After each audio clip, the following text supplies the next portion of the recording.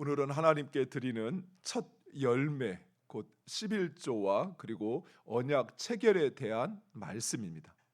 하나님은 이스라엘 백성들이 가나안 땅에 들어가거든 그곳에서 거두는 첫 열매를 여호와의 성막이 있는 중앙 성소에 드리라라고 말씀하고 있습니다.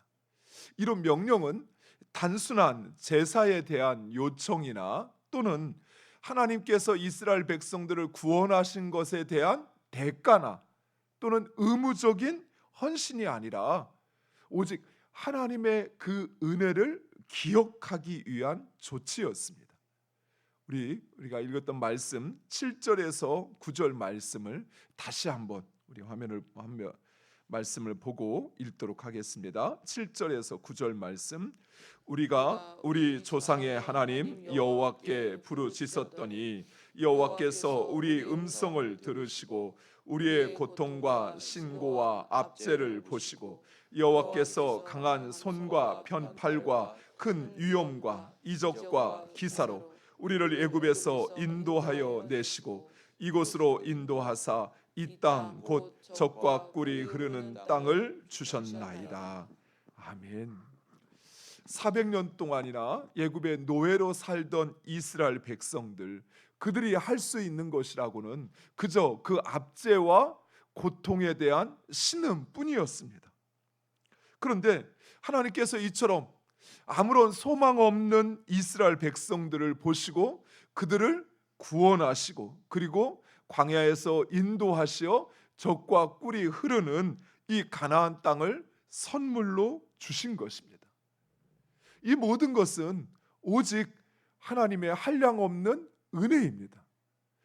이스라엘 백성이 구원받을 만한 그런 자격이 있거나 또는 그들이 하나님께 쓸모 있는 그런 존재여서 그래서 구원하신 것이 아니었어요. 그저 이스라엘 백성들이 그들이 당하는 그 신고와 또 그 압제 속에서 그저 부르짖었고 울부짖었고 그리고 하나님께서 그들을 보시고 그들을 인도하셔서 가나안 땅, 젖과 꿀이 흐르는 이 가나안 땅을 그들에게 주신 것입니다. 바로 이러한 하나님의 그 은혜를 기억하기 위해 열매의 첫 소산을 드리라라고 말씀하고 있는 것입니다. 즉 이스라엘 백성들은 가나안 땅에서 얻는 그 수확의 첫 열매를 하나님께 드림으로써 자신들이 지난 날 애굽의 노예로 살아가던 그 비참했던 과거를 회상하면서 여태까지 인도하신 하나님의 그 은혜에 감사하며 하나님을 향한 그 변치 않는 그들의 삶을, 그 헌신을 다짐하도록 하였던 것입니다. 역으로 이스라엘 백성들이 그들이 그 죄 또는 그들의 상황에 의해서 넘어지고 실패하는 이유가 바로 여기에 있었습니다. 하나님에 대한 그 은혜의 기억이 흐릿해지고 그리고 무감각해질 때 이스라엘 백성들은 여지없이 그들에게 주어지는 상황 속에서 원망하고 불평하고 심지어 하나님을 도전하기도 했던 것입니다. 사랑하는 성도 여러분, 하나님은 이스라엘을 한 번도 떠나신 적이 없으십니다. 그러나 그 하나님의 은혜를 망각했던 이스라엘 백성들, 그들이 스스로 하나님으로부터 멀어졌다는 사실이, 하나님의 은혜에 대한 기억이 그들에게 가물가물해지기 시작할 때 그들은 스스로 하나님으로부터 멀어졌던 것이, 하나님이 멀리 떠나신 것이 아니라 하나님이 그들을 버리신 것이 아니라 그 하나님에 대한 은혜의 기억이 그들에게서 점점 흐릿해지고 무감각해질 때 그들 스스로 하나님으로부터 멀어져 원망하고 불평했고 그리고 그 하나님을 도전했던 것입니다. 사랑하는 성도 여러분, 우리가 주일을 성수하고 또 12의 1조를 드리는 이유와 목적도 바로 이것입니다. 주일을 성수하고 11조를 드리는 것은 단순히 의무적인 규정이나 또는 그것 없이는 하나님이 일하시지 못하셔서 그래서 우리에게 요구하시는 것이 아니라는 것이, 또한 그것은 우리의 신앙의 척도도 아닙니다. 주일을 성수하고 10의 1조를 잘하면 그 사람이 믿음이 좋고 하나님께서 그것을 인정하시느냐? 그것이 아니라는 것이, 우리가 주일을 성수하고 10의 1조를 드리는 것은 오직 하나님의 그 한량없는 은혜, 그 은혜를 기억하여 행하는 것입니다. 하나님께서 나에게 베푸신 은혜가 무엇인지 아는 사람, 그리고 그 하나님께서 여전히 나를 포기하지 않으시고 또 하나님에게 아무런 소용가치가 없는 존재이지만 그런 나를 버리지 않으시고 용납하시고 하나님의 그 은혜 속에 살게 하시는 이유, 그것을 깨달은 사람만이 주일을 성수하고 또 자신의 것을 하나님 앞에 드리는 것입니다. 주일을 성수함으로써 나에게 있어서 가장 중요한 시간, 어쩌면 나에게 주어진 내 자유의 시간을 하나님께 드림으로써 하나님의 주권을 인정하는 것이죠. 그렇죠. 일주일 중에, 물론 요즘은 토요일도 쉬지만 일주일 중에 6일은 가정을 위해서 내가 싫으나 좋으나 어쩔 수 없이 일을 해야지. 그러나 주일만큼은, 또 휴일만큼은 내가 쉴 수 있는 내 자유의 시간이지만, 그러나 그 시간을 내가 하나님께 드림으로써 하나님이 내 삶의 가장 소중한 존재인 것을, 즉 내 삶의 주인인 것을 내가 오롯이 인정할 수 있는 것이 바로 주일을 지키는 것이죠. 10의 1조 역시 마찬가지입니다. 10의 1조를 드리는 것은 대단한 일입니다. 내가 일하여 얻은 것의 소득의 10분의 1은 결코 작지 않습니다. 그러나 해도 우리가 그것을 떼어 하나님께 드릴 수 있는 것은 내가 바로 그 하나님의 구원과 은혜로 살아가고 있다는 사실, 그것을 깨닫고 그 명령을 지키는 것이죠. 사랑하는 성도 여러분, 11조는 단순히 의무가 아닙니다. 또 그것을 드리지 않으면 하나님께서 나를 벌하시기 때문에 해야 되는 것이 아니에요. 그것은 진정 하나님께서 나에게 먹고 입는 그 모든 것을 아무런 대가 없이 은혜로 주시어서 나로 살게 하시고 또 그 하나님의 구원의 백성 되게 하심을 우리가 인정하는 것입니다. 그 은혜를 망각하게 될 때 우리는 하나님과 상관없이 살아가는 것이죠. 그리고 우리의 인생 앞에 찾아오는 그 도전과 상황 앞에 우리는 절망할 수밖에 없는 것입니다.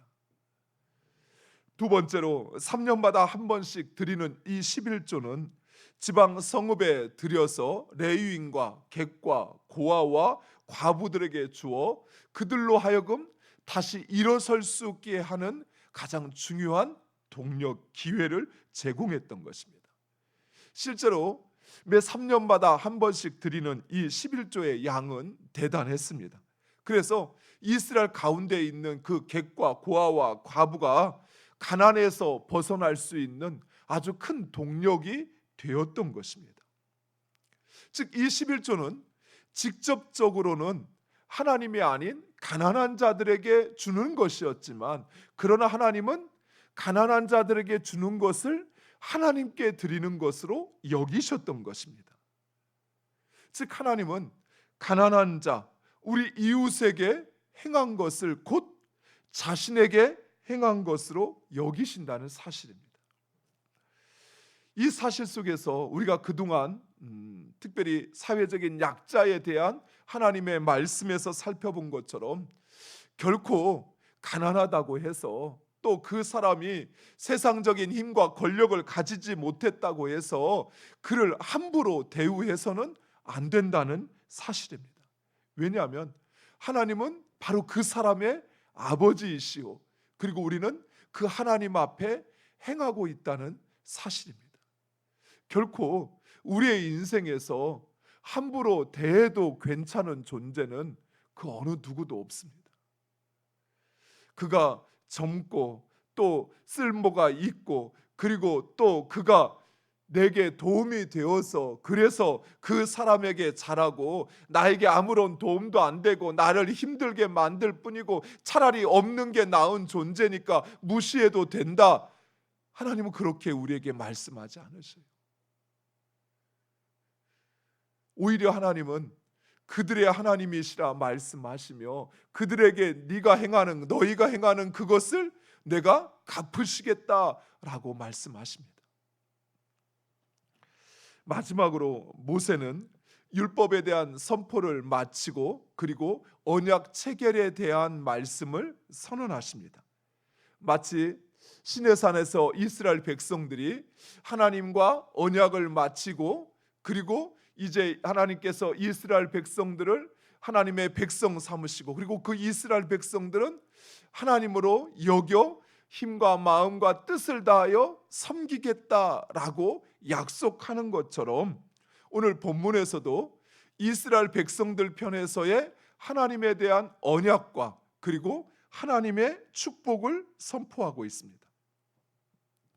이스라엘 백성들은 곧 하나님의 백성들은 하나님을 사랑함으로 그 마음과 뜻과 힘을 다하여 그 명령을 지켜야 한다라고 말씀하고 있습니다. 사랑하는 성도 여러분, 우리가 하나님을 그러니까 여호와를 나의 하나님으로 나의 신으로 인정하는 것은 단순히 말로만 하나님은 나의 신이십니다 라고 말하는 것이 아니라 우리의 마음과 힘과 뜻을 다하여 그 뜻, 곧 하나님의 명령을 지킴으로써 하나님을 여호와를 하나님으로 인정한다는 사실입니다. 사랑하는 성도 여러분, 우리의 마음속에 참 안 좋은 경향과 그 생각이 자리 잡고 있어요. 그것은 무엇이냐면 비록 내 육신은 약하여서 내가 하나님의 명령을 지키지 못하지만 내 마음은 하나님 아시죠? 내가 하나님을 사랑하고 그리고 내가 하나님을 나의 아버지로 나의 하나님으로 나의 유일한 신으로 인정하는 것 아시지요? 라고 말하는 경향이 있습니다. 그리고 우리는 그것을 정당화해요. 사랑하는 성도 여러분, 만약에 여러분의 남편들이 여보 내가 당신을 사랑하는 거 알지? 그러지만 나는 저 밖에서 다른 여자와 같이 어울릴 거야. 여보 내가 당신을 나의 남편 아내로 인정하는 거 알지? 그런데 나는 내 뜻대로 할 거야. 이렇게 말한다면 과연 그 남편을 내 남편으로 인정할 수 있을까요? 만약 제 아내가 저에게 여보 내가 당신 사랑하는 거 알지? 하면서 다른 남자와 마치 남편과 아내의 관계로 어울린다면 말은 나를 사랑한다 말하는데 정작 하는 행동은 다른 사람을 사랑하는 것처럼 행동한다면 여보 내가 당신을 사랑하는 거 알지? 이러면서 내 말은 내 뜻은 다 거역하면서 그러면서 자기 마음대로 행한다면 그것도 내가 원하는 것에 반대로 행한다면 저는 그 아내의 사랑을 인정해야 될까요? 근데 우리는 하나님 앞에 그러고 있어요.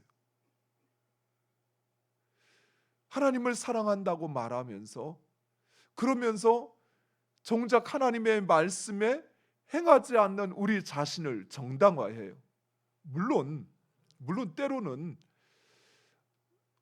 온전한 헌신과 또 온전한 사랑을 다 할 수는 없겠지요.